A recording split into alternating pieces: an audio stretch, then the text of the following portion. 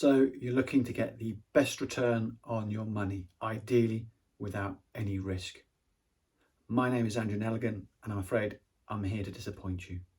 You're not going to find it on YouTube. You're not going to find it on Google. You're not going to find it in the weekend papers, money sections. You're not going to find it on Instagram, and you're definitely not going to find it on TikTok. Why? Because there's no magic formula. There's no secret sauce. There is no silver bullet. To be successful at investing, you just need to follow some basic principles. And two of the most important ones are to be patient and to be disciplined. And unfortunately, too many people have neither. They want to get rich quickly and follow some magic investment that they've seen or heard about that they think is going to give them quick returns. At the moment, that's cryptocurrency. But there's always something, there's always the next investment, the flavour of the month that's suddenly got high returns. It's going to be the answers to everyone's problems.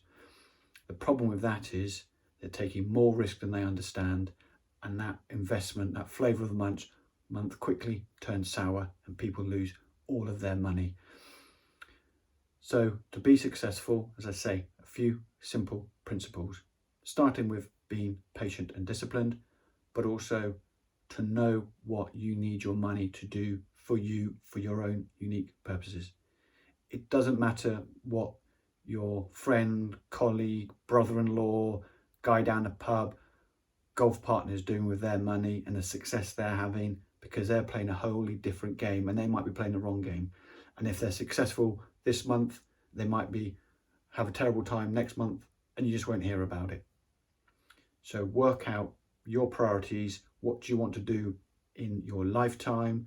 Are you trying to achieve a retirement by a particular age? Are you trying to pay off a mortgage? Are you trying to build up enough of a fund to buy your own house or buy your children's home, fund your children's education, buy a holiday home, whatever it might be? Understand what's important to you, what you're trying to achieve, and then you use your money in a way that is aligned to that priority. If it's something you need in the short term, and you can't afford to take investment risk because you don't want to go and get the money and find it's lost value. If it's investing for the long term, we know that over the long term, the global stock markets end up higher than they started, but we have to accept there's periods of time when the markets go through these bouts of uncertainty, these bouts of panic, when they lose a lot of money in a short period of time. Think about the banking crisis of 2008-9. Think about the early months of COVID. Think about the Ukraine crisis and the cost of living crisis, when the markets lost 30 to 40% in a year.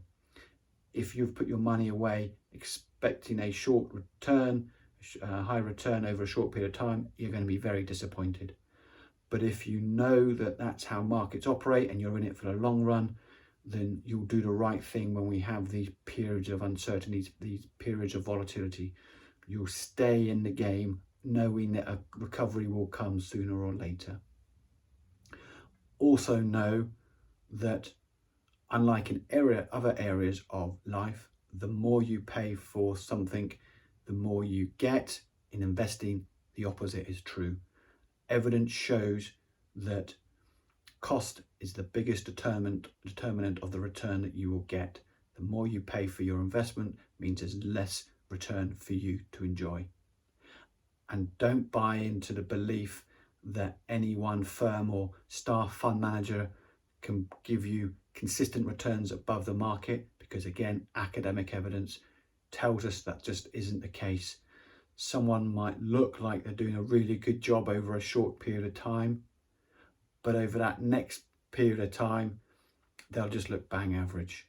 The number of fund managers who are successful over a long term, can beat the market over a long term, is infinitesimally small, to the point it's not even worth looking for.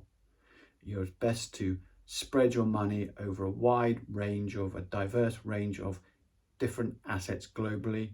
Mainly that's the global stock markets and global government bonds, and the relation to the mix between the two So whether that's more in the stock markets or more in low risk government bonds and cash, will depend on how much risk you're willing to take. And the risk that you take will depend on a number of factors. How comfortable you are with taking investment risk. So when the markets do fall, you're less likely to panic out and sell at the wrong time for a loss. How long you're investing for. So the longer you're investing for, the more risk you can afford to take, and whether you need that money or not. So as I said earlier, if you've got you need the money in the short term, that's within 3 to 5 years, probably not worth taking risk with.